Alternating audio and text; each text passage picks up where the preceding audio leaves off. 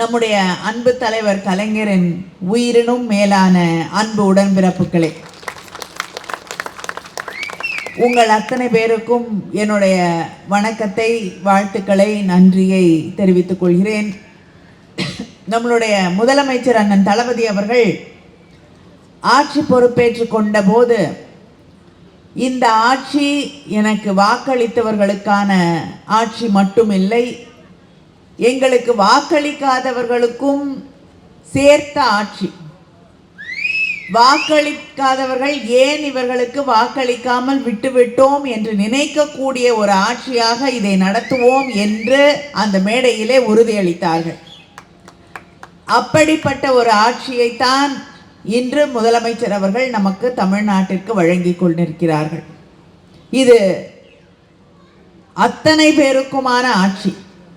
அடித்தட்டிலே இருக்கக்கூடிய மக்கள் முதல் இந்த தமிழ்நாட்டிலே இருக்கக்கூடிய அத்தனை மக்களுக்குமான ஆட்சி. அவர்களுக்கு நலத்திட்டங்களை, நல்லதை, எதிர்காலத்தை உருவாக்கி தரக்கூடிய ஒரு ஆட்சி. அதே நேரத்திலே தமிழ்நாட்டை வளமிக்க ஒரு தமிழ்நாடாக மாற்ற பாடுபட்டு கொண்டிருக்கக்கூடிய இதே ஆட்சிதான் நம்முடைய உரிமை குரலாகவும் ஒலித்து கொண்டிருக்கக்கூடிய ஆட்சி என்பதை நாம் மறந்துவிடக்கூடாது.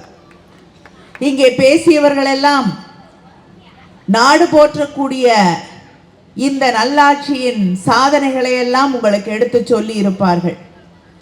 ஆட்சி பொறுப்பேற்று கொண்ட அந்த நாளிலேயே நம்முடைய முதலமைச்சர் அவர்கள் பெண்களுக்கான விடியல் பயண திட்டத்திலே கையெழுத்திட்டார்கள். இன்று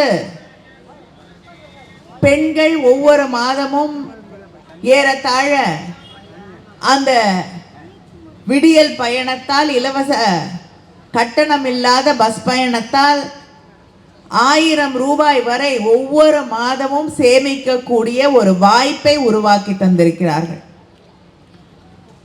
அந்த 1000 ரூபாய் சேமிக்கக்கூடிய அந்த பெண்கள் வீட்டிலிருந்து வெளியே செல்லுவதற்கு, ஒரு வகுப்பிற்கு செல்லுவதற்கு, தான் நினைத்த இடத்திற்கு செல்லுவதற்கு எந்த தடையும் இல்லாமல் போய் வருவதற்கு அந்த விடியல் பயணம் இன்று தமிழ்நாடு முழுவதும் இருக்கக்கூடிய ஒரு பெண்களுக்கு தடைகளை உடைத்தெறிந்திருக்கக்கூடிய ஒரு திட்டமாக மாறியிருக்கிறது. மகளிர் உரிமை தொகை, உதவித்தொகை இல்லை, உங்களுடைய உழைப்பிற்கு.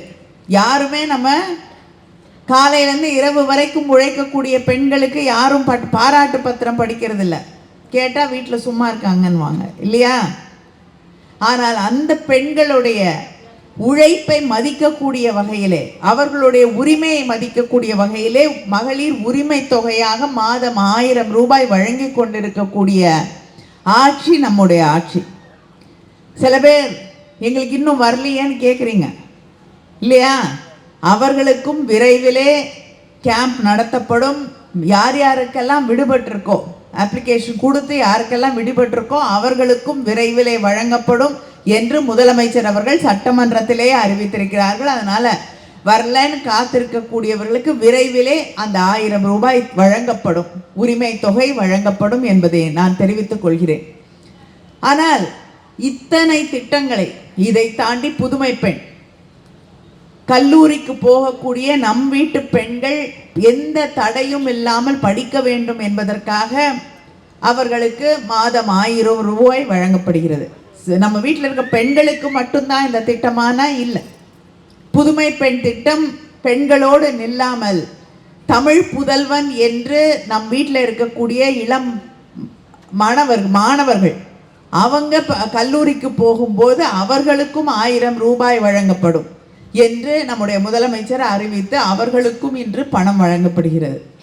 பள்ளிக்கு செல்லக்கூடிய நம்ம வீட்டில் இருக்கக்கூடிய பிள்ளைகள் மதிய உணவு வரை பசியோடு காத்து கிடக்கக்கூடாது. வேலைக்கு போகக்கூடிய பெண்கள் காலையில பிள்ளை சாப்பிட்டுட்டு போச்சா என்ன சமைக்கிறது, சாப்பிடாம போதே அப்படிங்கிற அந்த கவலையோடு அவர்களை பதற்றத்தோடு பள்ளிக்கு அனுப்பக்கூடாது என்று காலை உணவு திட்டத்தை உலகத்திற்கே முன்மாதிரியாக கொண்டு வந்த ஆட்சி திராவிட முன்னேற்ற கழக ஆட்சி, நம்முடைய முதலமைச்சர் அவர்களுடைய ஆட்சி.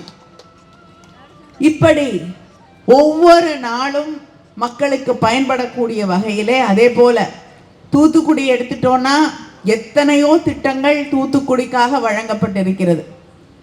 அதை தாண்டி மிகப்பெரிய கார் தொழிற்சாலை வின்ஃபாஸ்ட் நம்ம தூத்துக்குடிக்கு நம்முடைய முதலமைச்சர் அவர்கள் நேரிலே வந்து தொடங்கி வைத்து இன்னைக்கு கட்டி முடிச்சு கிட்டத்தட்ட வேலைக்கு ஆள் எடுத்துக்கக்கூடிய அளவிற்கு அந்த தொழிற்சாலை நம் தூத்துக்குடிக்கு கொண்டு வரப்பட்டு இங்கே இருக்கக்கூடிய இளைஞர்களுக்கு, இளம் பெண்களுக்கு வேலை வாய்ப்புகளை உருவாக்கக்கூடிய ஒரு நிலையை உருவாக்கி தந்திருக்கிறார்கள். இது மட்டும் இல்லாமல் இன்னும் பல்வேறு தொழிற்சாலைகளை கொண்டு வருவதற்கு அமைச்சர் பேசும்பொழுது எடுத்து சொன்ன போல பல முதலீடுகள் தமிழ்நாட்டுக்கு நம்முடைய முதலமைச்சர் அவர்களால் கொண்டு வரப்படுகிறது. ஆனால் இது அத்தனை சாதனைகளையும் நம்முடைய முதலமைச்சர் எத்தனையோ சவால்களை ஒவ்வொரு நாளும் சந்தித்து தான் செய்து கொண்டிருக்கிறார்கள் என்பதையும் நாம் உணர்ந்து கொள்ள வேண்டும். அங்கே டெல்லியிலே இருக்கக்கூடிய பாஜக ஆட்சி, ஒன்றிய ஆட்சி ஒவ்வொன்றும் நம்மை எதிர்த்து, தமிழ்நாட்டை எதிர்த்து செய்து கொண்டிருக்கக்கூடிய செயல்களை இங்கே இருக்கக்கூடிய மக்கள், தமிழ் மக்கள் புரிந்து கொள்ள வேண்டும். அங்கே இருக்கக்கூடிய எம்பிக்களுடைய எண்ணிக்கை இப்ப தமிழ்நாட்டில் 39 எம்பி, பாண்டிச்சேரியை சேர்த்துனீங்கன்னா 40. ஆனா இந்த எண்ணிக்கை இருந்து அங்க வந்து நாடாளுமன்றத்திலே போராடுகிறார்கள். முதலமைச்சர் என்ன சொல்கிறாரோ அதைக்காக அவர்கள் அங்கே வந்து வாதிடுகிறார்கள். 40 பேர் இல்லைன்னா 20 பேர் இருந்தா, 30 பேர் இருந்தா, இன்னும் குறைவாக இருந்தார்கள் என்றால் போராட முடியாது என்று நினைத்து கொண்டு தொகுதி மறுசீரமைப்பு, அதாவது மக்கள் தொகை அடிப்படையிலே கொண்டு வந்தால் அவங்களுக்கு ஓட்டு போடக்கூடிய மாநிலங்களிலே இருக்கக்கூடிய எம்பிக்கள், நாடாளுமன்ற உறுப்பினர்கள் அதிகமாக இருப்பார்கள். தமிழ்நாடு, தென் மாநிலங்களில் இருக்கக்கூடிய எம்பிக்கள் குறைவாக இருப்பாங்கன்னு அதை கொண்டு வருவதற்கு முயற்சி செய்கிறார்கள். அதை எதிர்த்து முதலிலே தமிழ்நாட்டின் குரலாக, நம்முடைய உரிமைகளுக்காக, தென்னகத்தின் குரலாக முதலிலே குரல் எழுப்பியது தமிழ்நாடு, நம்முடைய முதலமைச்சர் அண்ணன் தளபதி அவர்கள். நம்முடைய உரிமைகள் குறைந்தால் தமிழ்நாட்டுக்கு முதலியே தர வேண்டிய நிதியை தர மறுக்கிறார்கள். ஹிந்தி படிச்சாதான் உனக்கு கல்விக்காக தர வேண்டிய 2000 கோடியை தருவேன் என்று அங்கே இருக்கக்கூடிய ஒன்றிய அரசு, பிஜேபி சொல்றாங்க இல்லையா. பெரும்பான்மை மக்களுக்கு நாங்க தான் பாதுகாப்புங்கிறாங்க. தமிழ்நாட்டில் பெரும்பான்மையாக இருக்கக்கூடிய நம்முடைய பிள்ளைகள், நம்ம வீட்டு பிள்ளைகள், அவங்களுடைய படிப்புக்காக ஒன்றிய அரசாங்கம், பாஜக அரசாங்கம், டெல்லியில் இருக்கக்கூடிய ஆட்சி தர வேண்டிய நியாயமான பணம்.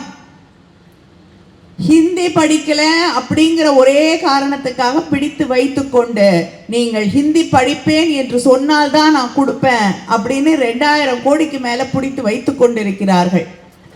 நம்முடைய முதலமைச்சர் அவர்கள், நீங்கள் 2000 கோடி இல்லை 10,000 கோடி தந்தாலும் எங்களுக்கு தேவையில்லை, எங்களுடைய உரிமை, எங்களுடைய மொழி, எங்களுடைய சுயமரியாதை தான் எங்களுக்கு முக்கியம் என்று சவால் விடக்கூடிய அளவிற்கு ஒரு நிலையை அவர்கள் உருவாக்கி வைத்திருக்கிறார்கள். நம்ம வீட்டு பிள்ளைங்க மேல அக்கறை இல்லை, ஆனால் தமிழ்நாட்டு மக்கள் மீது அக்கறை இல்லாத ஒரு ஆட்சியோடு, ஒரு கட்சியோடு அதிமுக இன்று கூட்டணி வைத்துக் கொண்டிருக்கிறது.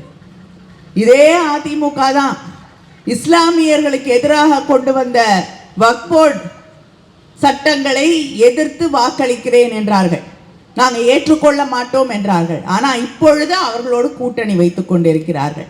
தமிழ்நாட்டுக்கு வர வேண்டிய நிதியெல்லாம் கொடுக்கல என்று இத்தனை நாள் பேசிக் கொண்டிருந்தவர்கள் இப்பொழுது தேர்தல் வருகிறது, அவர்களோடு கூட்டணி வைத்திருக்கிறார்கள். தொடர்ந்து தமிழ்நாட்டுக்கு, தமிழ் மக்களுக்கு, தமிழ் பிள்ளைகளுக்கு எதிர்ப்பாக செயல்பட்டு கொண்டிருக்கக்கூடிய ஒரு ஆட்சியோடு நம்முடைய முதலமைச்சர் அவர்களும் நாமும் தொடர்ந்து சொல்லிக் கொண்டிருந்தோம். நாங்கள் பிரிஞ்சிட்டோம்னு சொல்றதெல்லாம் பொய்.